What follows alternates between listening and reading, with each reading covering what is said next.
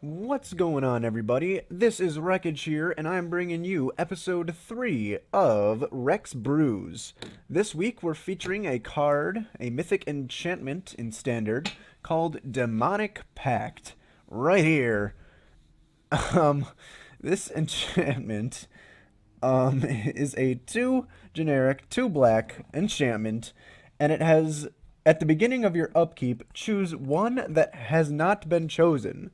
So this is a unique card in that there is no other card in Magic's history that has this sort of functionality, which is pretty cool. And it leads to some really interesting things. The most of it being that the 4 choices, well, the first 3 are actually pretty good. Demonic Pact deals 4 damage to target creature or player, and you lose 4 life. Now that alone is not that good. For 4 mana and an enchantment that doesn't even happen until the next turn, yeah, that's pretty bad.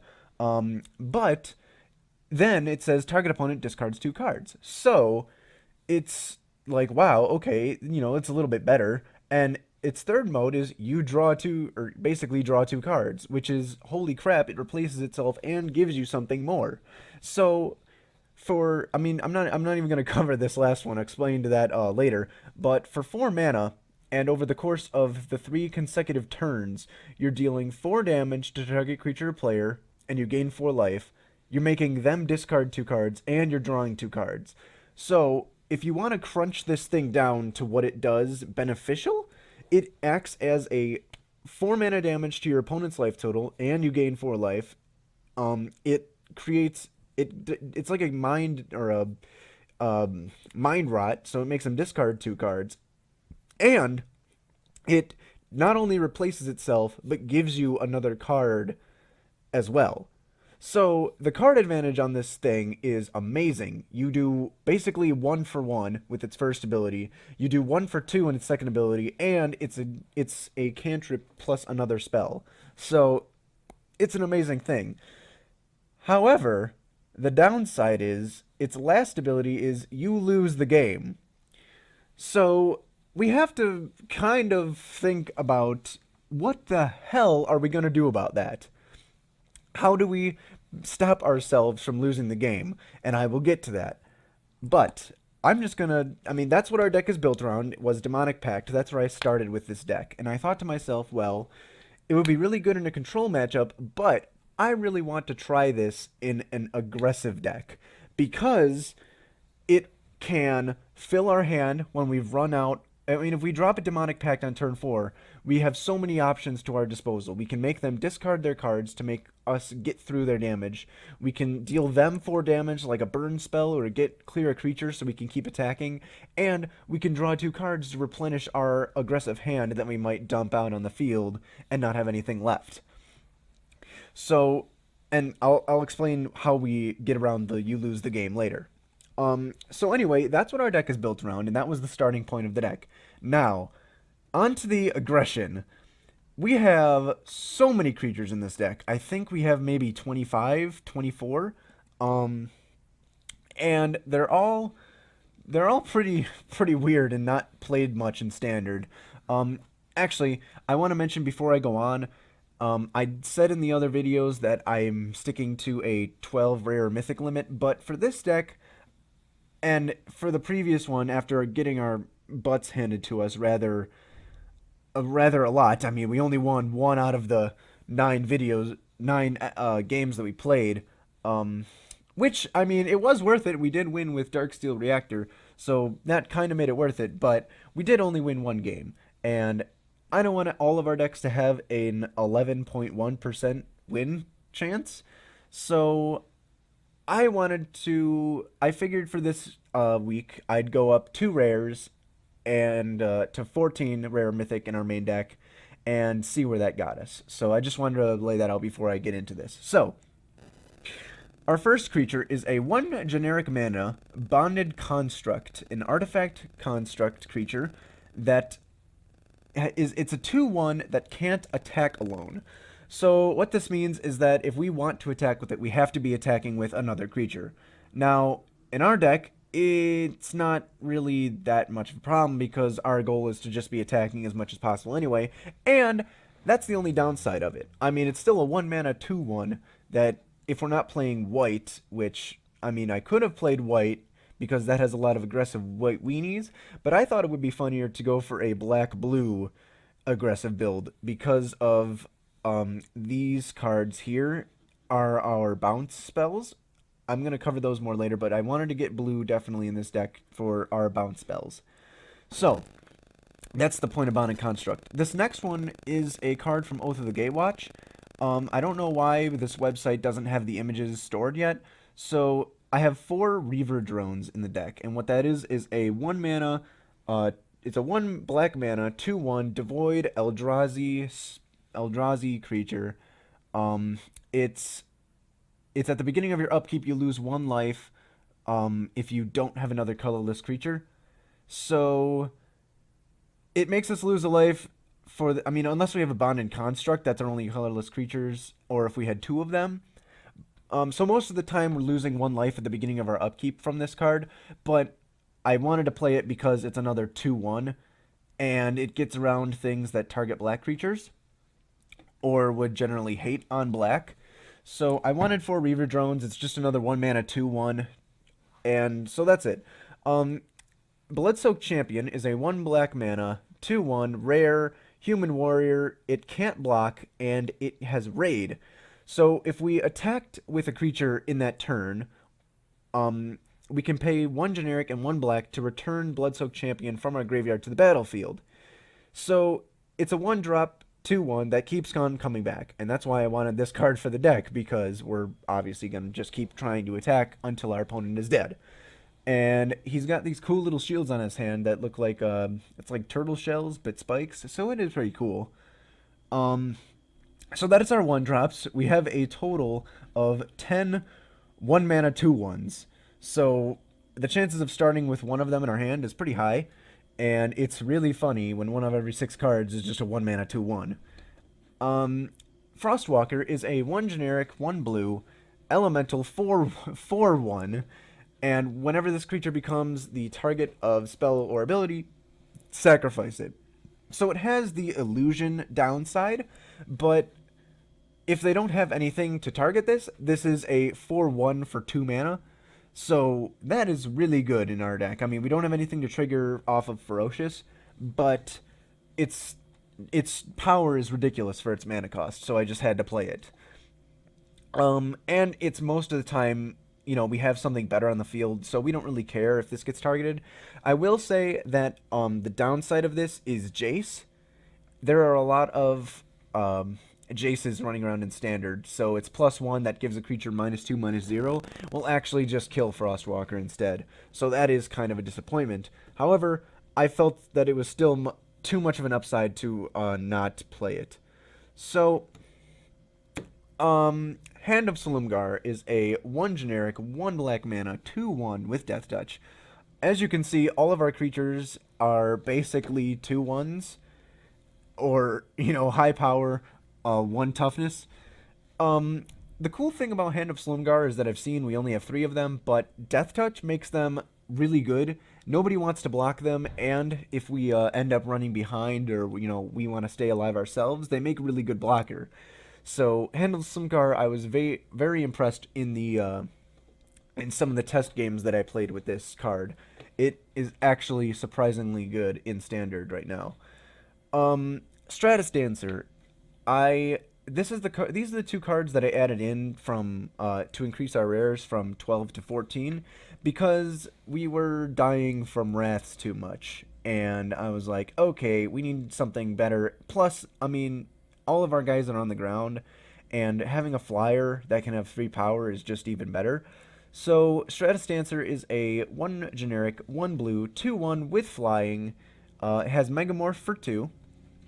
For 1 and a blue. And when it's flipped face up, counter target instant sorcery spell. So we can morph this on turn 3 and leave up 2 mana constantly to target any removal spells or anything, or not planeswalkers, anything that our opponents might try to kill multiple creatures with. So it's very helpful for that, and we get a 3/1 flyer out of the deal. Fleshbag Marauder is a 2 mana and 1 black zombie warrior 3/1. When it enters the battlefield, each player sacks a creature. I liked Fleshbag Marauder because it can get rid of things or our 1 and 2 drops that are no longer useful, such as a bonded construct on the field getting blocked by Jotty Offshoot 100% of the time. We could just play Fleshbag Marauder and get rid of them both, and then we're left with a 3/1 rather than a 2/1. Other times, Fleshbag Marauder is just another way to get rid of our opponent's blockers, so it's very handy in that aspect. Pitiless Horde is a 2 generic, 1 black, 5/3 with a dash for 4. The downside of this card being so powerful for its 3 converted mana cost is that at the beginning of our upkeep we lose 2 life. We aren't playing many of these because our deck already loses life at its upkeeps due to Reaver drones, but um, I still wanted to run it because we only have 2, so we might only draw 1 a game, and that is completely fine because if we do draw our 1, we can either play it on turn 3 if we have no other play on that turn, or if we draw it late game, we can constantly dash in with it. So at worst, it'll kill out our opponent's creatures. So that's why that is in the deck.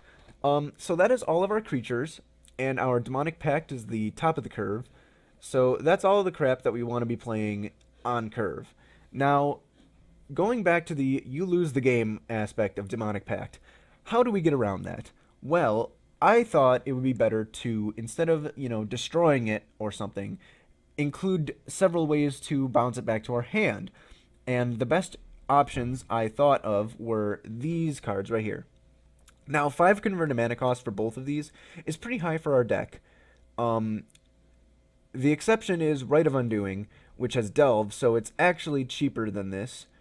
It's an instant. It says return target non-land permanent you control and target non-land permanent you don't control to their owner's hands.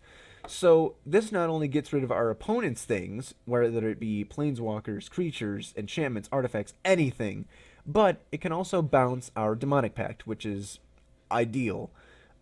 Best thing is we can Rite of Undoing at the end of our opponent's turn to bounce our Demonic Pact and a blocker, replay Demonic Pact, and swing in with on an empty board. So Rite of Undoing I figure is a pretty good card, and that's why there's 4 of them in the deck. Silumgar's Command does a lot more for its mana cost, but it has to be paid for 5, and we are an aggressive deck. It can counter a target non-creature spell. It can return a permanent to its owner's hand, and that's the mode that we have for Demonic Pact. But it also destroys planeswalkers, and it also gives creatures -3/-3 until the end of the turn. So I've had some playtest hands where they've been playing Gideon or all this different stuff, and I didn't even have to attack Gideon in order to get rid of it. Plus, if he plays Gideon turn 4 and then I play 5th land, I can Silumgar's Command, killing Gideon and the token, and still keep up my tempo. And meanwhile, if that still doesn't work, I can always return Demonic Pact to my hand if I need to, or if I have one on the battlefield. Because I've had instances where Demonic Pact has been on the battlefield and I haven't drawn a way to get rid of it. That only happened rarely, and most of the time Demonic Pact was just what we needed to help close out the game or make it come very close to us winning. So, that all being said, that is the main deck. In terms of lands, we have 4 Sunken Hollows. They enter the battlefield tapped unless we control 2 or more basic lands. We have 4 Polluted Deltas for shuffling. This deck is... we are running 25 lands because I was getting mana screwed a lot, running 24. So 25 lands seem to work a little bit better. We have 11 swamps and 6 islands because we have more black in our deck than blue. And as for our sideboard, we have 4 Dispels, which are really, really good in terms of getting blockers and planeswalkers, which we have trouble dealing with, out of our opponent's hands. Murderous Cut is more removal if we need it. Usually things against... if our opponent is playing a lot of larger creatures that our creatures aren't able to kill, Murderous Cut will be good in those situations. Dispel and Negate are good against control players. And This is the most interesting card in the deck. It's a 6 mana. Shifting Loyalties is a 6 mana sorcery that says exchange control of 2 target permanents that share a card type. And those can be artifact creatures, enchantments, lands, and planeswalkers. So the basic use for this would be probably switching, I don't know, something useless like a bonded construct for something useful like a wingmate rock to block our opponent's things, or a siege rhino, or something really good like that. Um, the funniest reason why this is in our deck be is in our sideboard is if our opponent is running any sort of enchantments, like an Oath of Nissa, and actually any oath for that reason, or any sort of aura, we can cast Shifting Loyalties and give them our Demonic Pact, which is hilarious because then that means they'll lose the game.